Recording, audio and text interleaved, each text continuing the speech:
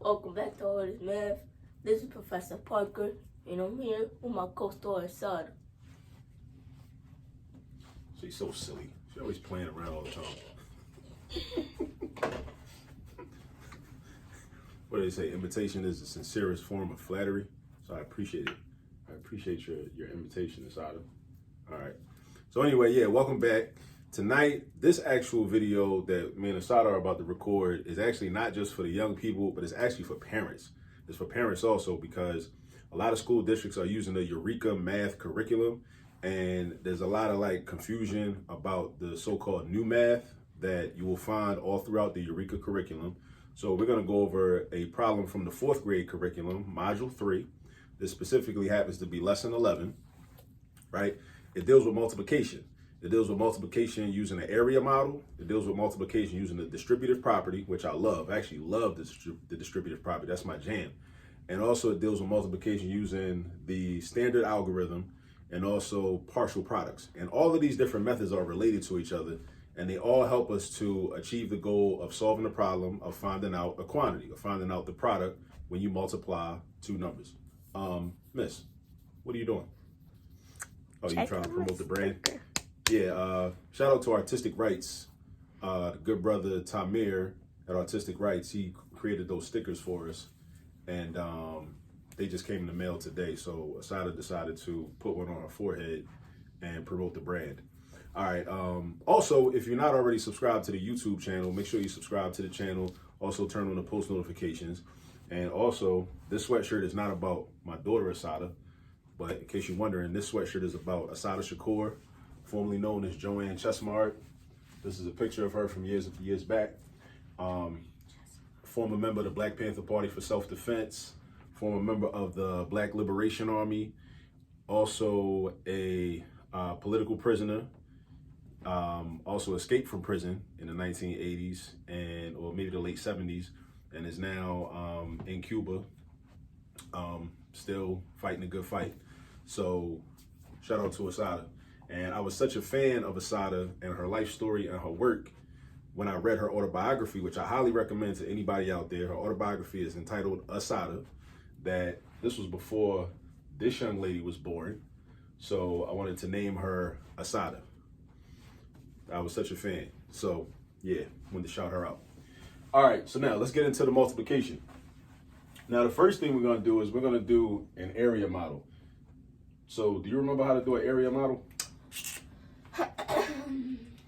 You don't, do you? No. Okay. Well, you know, that's fine, because math is like a use it or lose it type thing. If you're not doing these methods and practicing these topics on a regular basis, then you'll forget. Now, how do you do an area model? An area model sounds like what it is. You're really technically you're finding the area of a rectangle. So what you do is we're going to represent this multiplication sentence as a rectangle, right? And then we're going to find the area of it. So first, let's draw a rectangle. Width.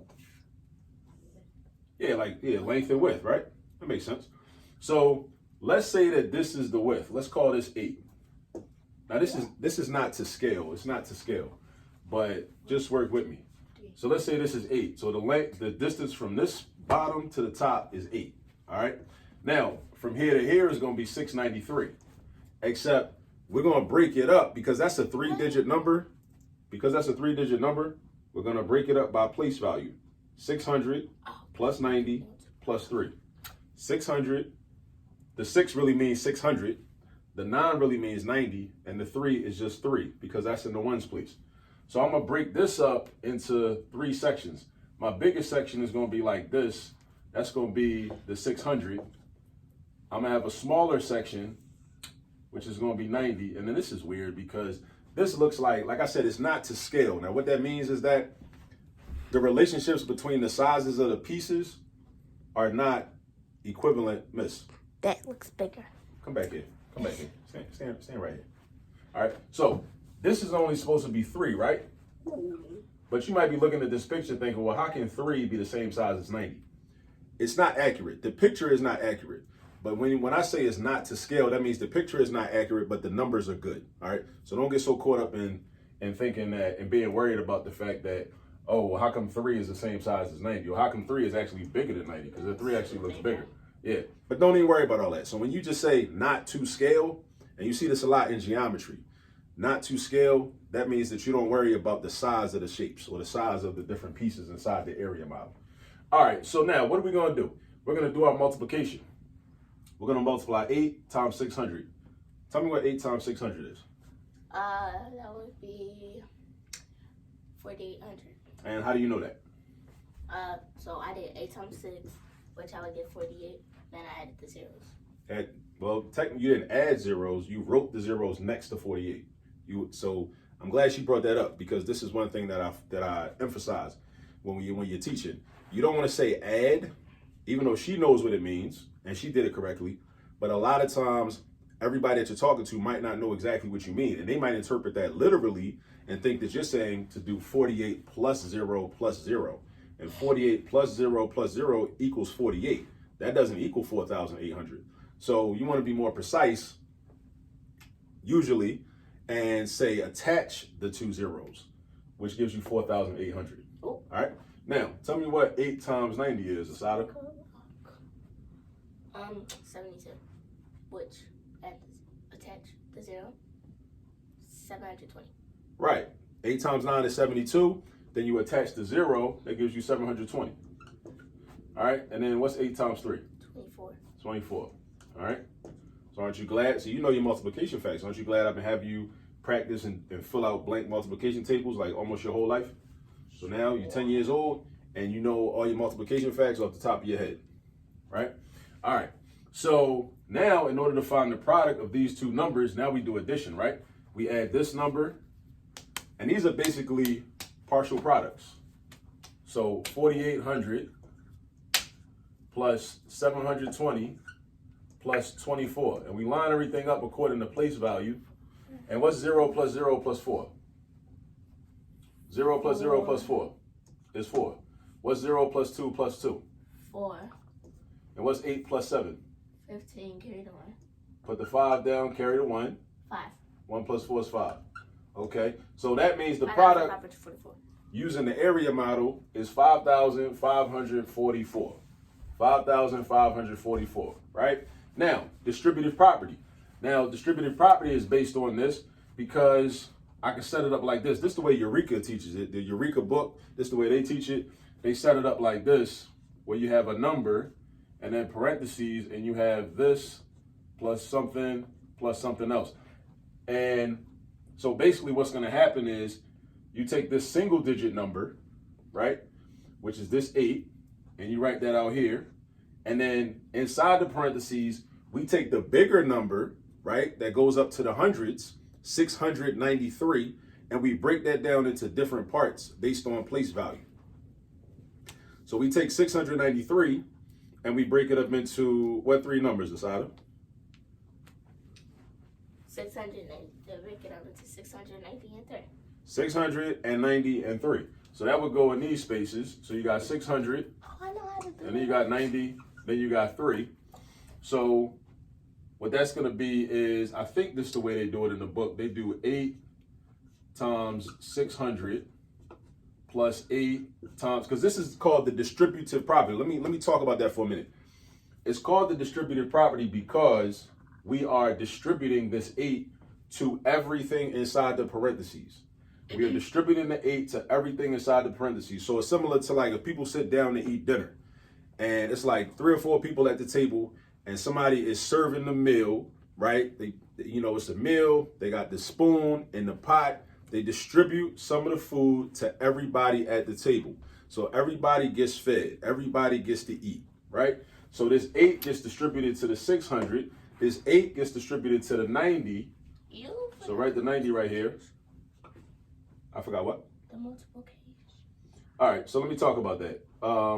You're right. So in Eureka, I'm sure they're not doing this, but algebraically speaking, if there's a number with a parentheses next to it, that automatically means multiplication. I was supposed to put an X for multiplication, but I didn't. So just pretend that it's there. All right?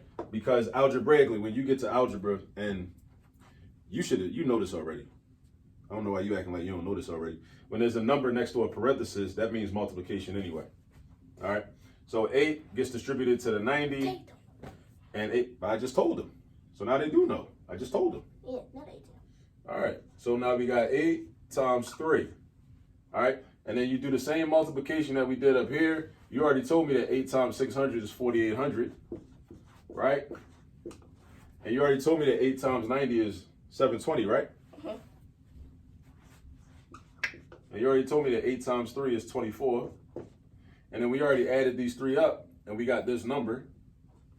So that's 5,544. So this is the distributive property, where we just take one number and we distribute it to the other number broken down into different parts based on place value. So 693 can be thought of as 600, then 90, then 3.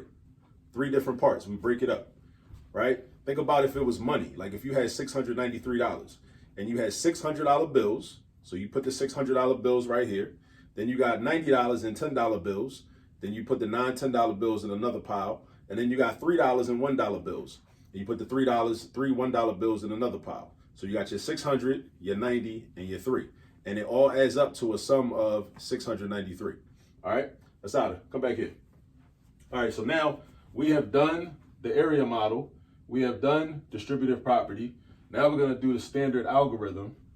Well, maybe I should do partial products first. Let's do partial products first. So partial products, I like partial products. If you're not familiar with partial products, you might like them too after I show you how to do them. So the way we do partial products is this. You set it up like the standard algorithm. You know, if you're an adult watching this video, partial products is set up the way that we learned how to do long multiplication 30 years ago, 20 years ago, 25, 35 years ago. It's set up the same way, but we do the actual multiplication differently because we treat the numbers based like as if we're dealing with their actual value, right? And I'm gonna show you what that means in a minute. So let's do partial products. So we set it up like 693 times 8. You remember how to do partial products? I gotta see. That's all right. Partial products? What we about to do, yeah. So we start with the number in the ones place at the bottom, which is 8. And then we multiply by the number in the ones place at the top. So Assata, what's 8 times 3? 24. 24. Now, this is how partial products is different from the standard algorithm. If I was doing the standard algorithm, I would only write the 4 and I would carry the 2.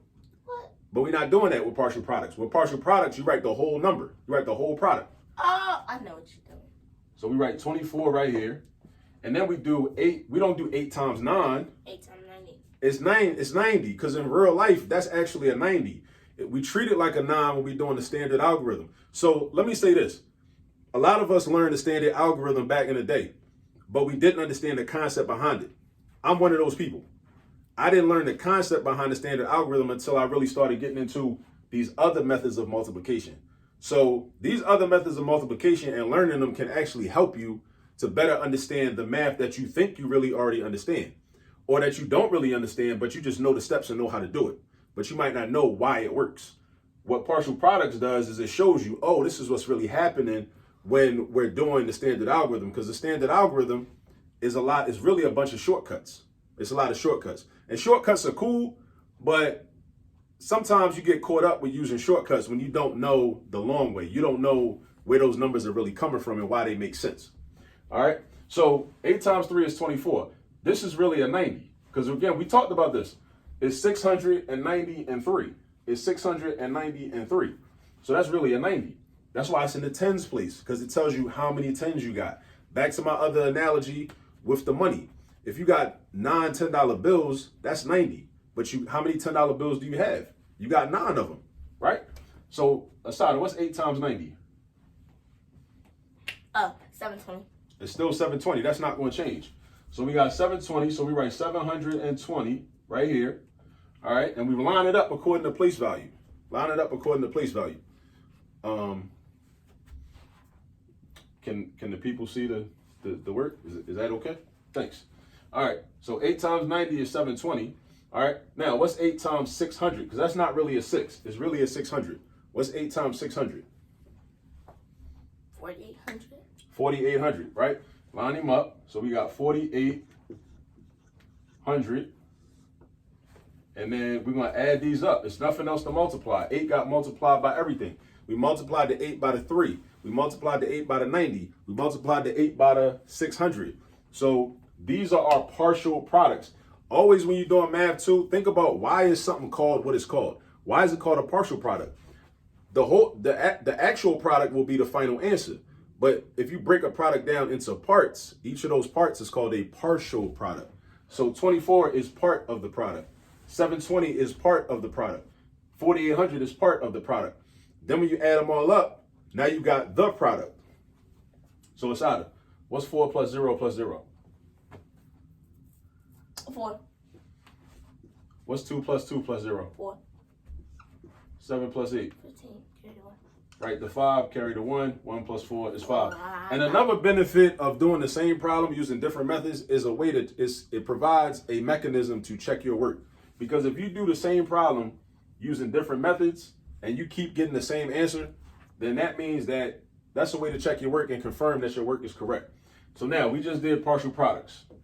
All right. Now, last but not least, we're going to do the standard algorithm. The standard algorithm is the old math that, you know, a lot of parents are most comfortable with because that's what, like I said, that's what we learned 35 years ago. That's what we learned 30 years ago. Right. Cool. So we're about to do that now. But I want you to think about how the old math connects to the so-called new math. Right. Because when people see this and they're unfamiliar with it, a lot of people have just classified it and termed it as the new math. It's not really new math. I mean, some people learned this back in the day. I personally didn't. So I kind of feel deprived. Like I ain't learned this back in the day. I wish I had. But anyway, it gives you more of an appreciation for the so-called old math because now you get a conceptual understanding. Oh, you raising your hand? What's up? I do it. Do what? The problem. I don't know. Is your handwriting neat enough? Yes, it is. I would. All right, there you go. All right, you got to do the standard algorithm. All right, 693 times 8. Like that or like that? Sis, how you going to ask to do it and then you don't even know what you're doing? Because there's 2 different ways you could do it. Standard algorithm. Do you know what the standard algorithm is? We already did partial products. We already did distributive property. Okay, handwriting's not that bad. Yeah. And we did the area model. So 693, you don't got to be perfect. Now, where do you put the 8 at? In the one place? Yes, put the 8 under the 3. Draw the horizontal line. Good. Multiplication sign. All right. What's first? Oh my. There we go. Do 8 times 3. It's What? 24. So where do you put the 4 at? So you will put the 4 down and carry the 2. Right. That's how you do the standard algorithm. Right. And also, when you carry the 2, make sure you carry it to the next column. Some people make the mistake of carrying it to the same place that they just multiplied in. So you don't carry the 2 to this column. You put it in the next column over. You always go 1 column over. What's next? And do 8 times 2. No. I mean, 9. Then You tripping. you'll get 72. Right. Add 8 the times 2. 9, 72. Add the 2. Add the 2. 74. 74. Put down the 4. Carry the 7. There you go. You're pretty good at this. 8 times 6. What's that? 48. 8 times 6 is 48. Add the 7. 55. 55. Because there's no more numbers that you can carry it to, so you just write down the whole number. Right. You just write 55. And if you want to be fancy, you can put the comma. Where does the comma go? If you count from the right. Every 3 numbers. Every 3 numbers. You might need to, you don't even need me here. You might just need to start doing your own videos. You know? So yeah. So anyway, if you're working with Eureka Math and you're in grade 4, module 3, lesson 11, and you got questions about what's an area model? How do I do that? Or like, distributive property, how do I use that? Now, a lot of people get uncomfortable and intimidated by distributive property because a lot of us remember that from algebra. So we think that it's something much more difficult than what it is. It's really just you break a number up into different parts and you distribute another number that's being multiplied by it to each of those parts. And then you just add up those products to get your final answer, right? That's basically what happens. All right, so this is Eureka Math, grade 4, module 3, lesson 11. We got a whole playlist with just Eureka Math from different grades. We're going to be adding more content from Eureka Math onto that playlist as time goes on. But, hopefully this was helpful, but also practice. And then there's some other like word problem type problems within lesson 11 that you should also take a look at, but still that require you to use one of these 4 methods. All right. Okay, here we go. Assata rules. She's putting up propaganda on the dry erase board. All right. So that's about it. That's about it. So we about to close out. I think I got a tutoring session I gotta go get ready for. Assata, anything you want to say? Any last words? No. No last words. All right. Well, like I said, use this as a guide, but also go get practice. So if you're a student looking at this, use this as a guide and go do some practice. If you're a parent and you want to be able to provide your children with homework help, right? And you feel uncomfortable with the new math, I'm trying to help you out. I'm trying to put you on so you'll understand the new math. So therefore, you don't got to feel uncomfortable. You feel like, oh, I could do that. Okay, that's all you got to do. Yeah, that's all right. Okay, kid. Yeah, that's what I want. That's what I want for the community. That's what I want for the people. So me and Assata are going to be doing like math problems. We're going to continue to be doing math problems such as this, going forward. All right. Say goodbye. Bye. All right. Peace. We'll see you on the next video.